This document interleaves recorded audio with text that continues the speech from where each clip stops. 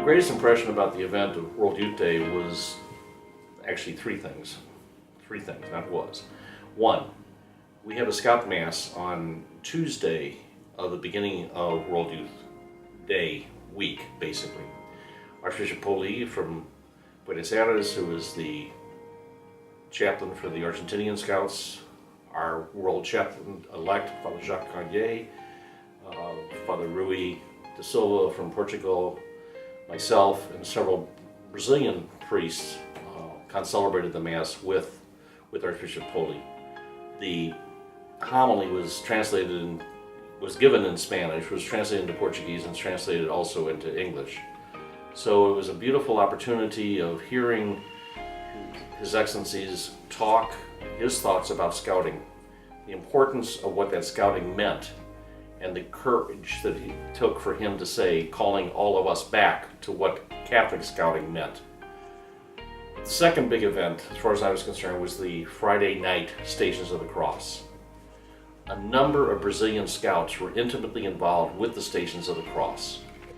They were very involved. If you look on YouTube and try to find the stations, I checked last night, in fact, and it's there. You can watch all 2 hours of it.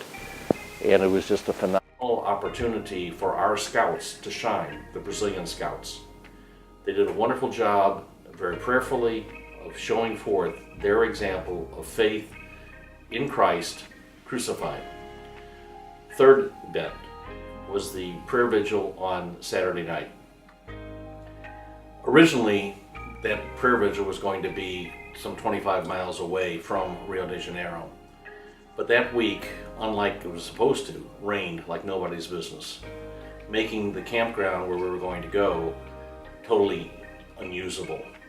There was going to be a scout section set aside, and we, at the Mass on Tuesday, were told how to get to that particular section, show some ID that we were scouts and we would be able to go to that section.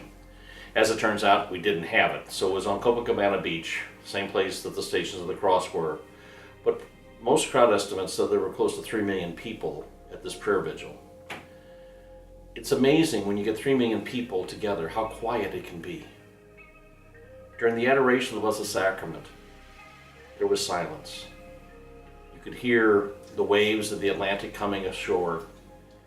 You could hear the helicopters overhead a little bit, and with 3 million people, obviously you'd hear a siren once in a while. But watching and praying with these young people for an hour or so, quiet prayer before the Lord in the Blessed Sacrament, was without a doubt one of the most memorable events of my life. I'll throw a fourth one in, the Mass on Sunday, where there's probably 3.5 million people. But compared to the Stations of the Cross and the prayer vigil the night before, the Mass kind of paled in comparison. Very good, very holy, very wonderful. But those other opportunities to be that close and that involved, seeing our scouts at the Mass on Tuesday, being with the scouts as part of the Stations of the Cross on Friday, and that wonderful prayer vigil on Saturday. 3 million people adoring Christ in the Blessed Sacrament. Those are the things that keep in mind. My activities as regional chaplain involved primarily the Mass on Tuesday, although there were other times during the week I would run into scouts from various places around the world. In fact, I saw Father Rui and Father Jacques also at the Mass on Sunday. But again, the opportunity just to be present and to know that I was a scout and a scouter, being involved, being with these young people, being with the scouts from around the world, and being all the 3 million people who are praying to the Lord for the world and the needs of the world, will go down, I'm getting older, will go down in one of my best memories of this life that is probably not going to end too long from now, actually. So, World Youth Day is a highlight. I don't know if I can go to Krakow. It'd be nice if I could in 3 years from now.